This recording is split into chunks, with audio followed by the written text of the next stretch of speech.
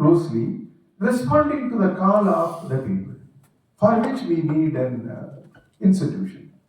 Then he asked a question, right? We had panchayat institution. Why it is not functioning? Sir, these panchayat institutions will work on the basis of the whims and fancy of the state government. If they want local government, they will keep it. Otherwise, they will conduct election. Then what to do? Sir, we have to create the local governance permanently.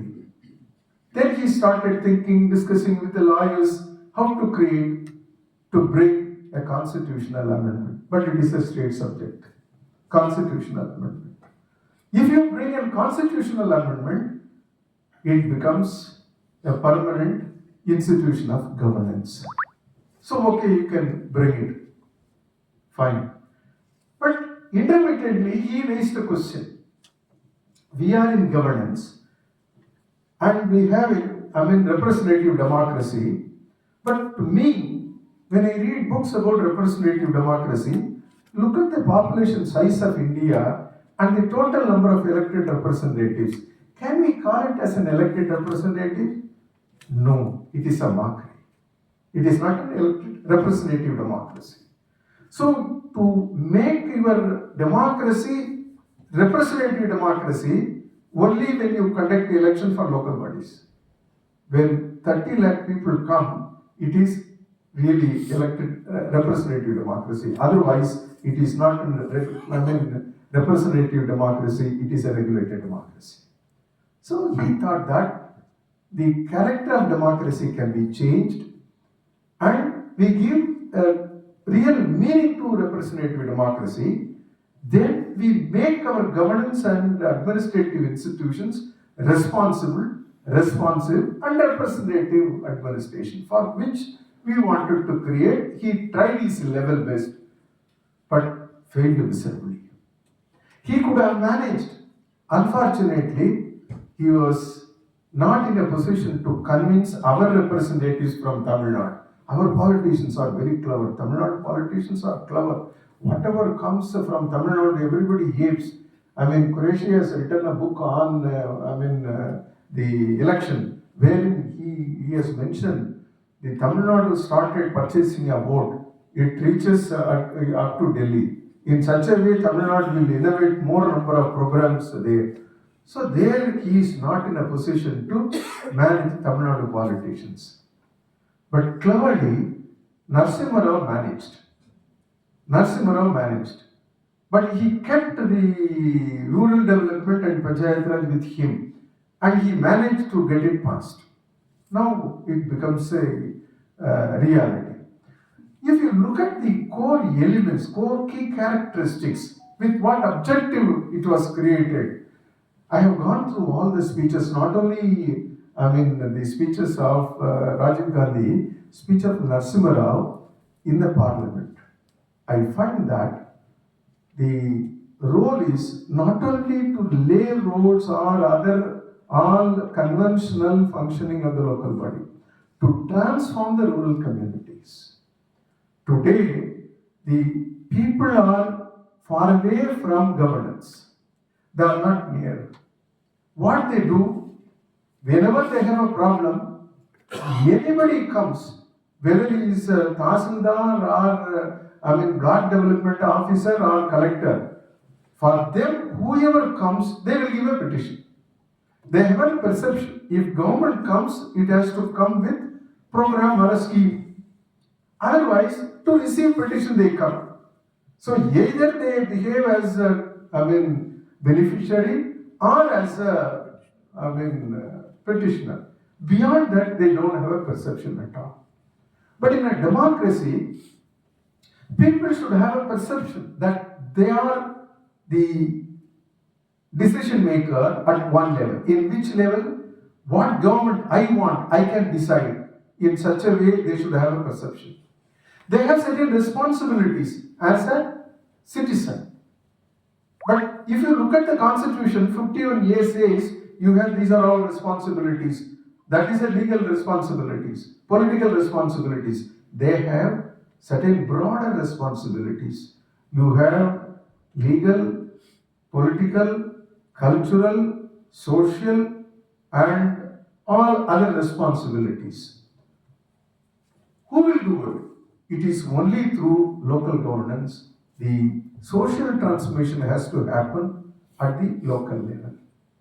Then another thing, 34 years or 35 years, government existed, functioned, and both center and the state, they have implemented a whole lot of schemes and programs. People benefited. Who benefited? It is only the middle class. It is not the poor. So to cater to the unreached, the local body has to work. And what kind of work has to do? The economic development of the marginalized, economic development of the unreached. Then yet another very important objective, administering social justice. Right? Economic development and social justice could be administered, no doubt. How it could be? It is not, settled even. It should be through the participatory process. So to do it, what we've done? So you need to have a development engagement at a local level. Development engagement at a local level. So with that perception, so you have to prepare a plan for development.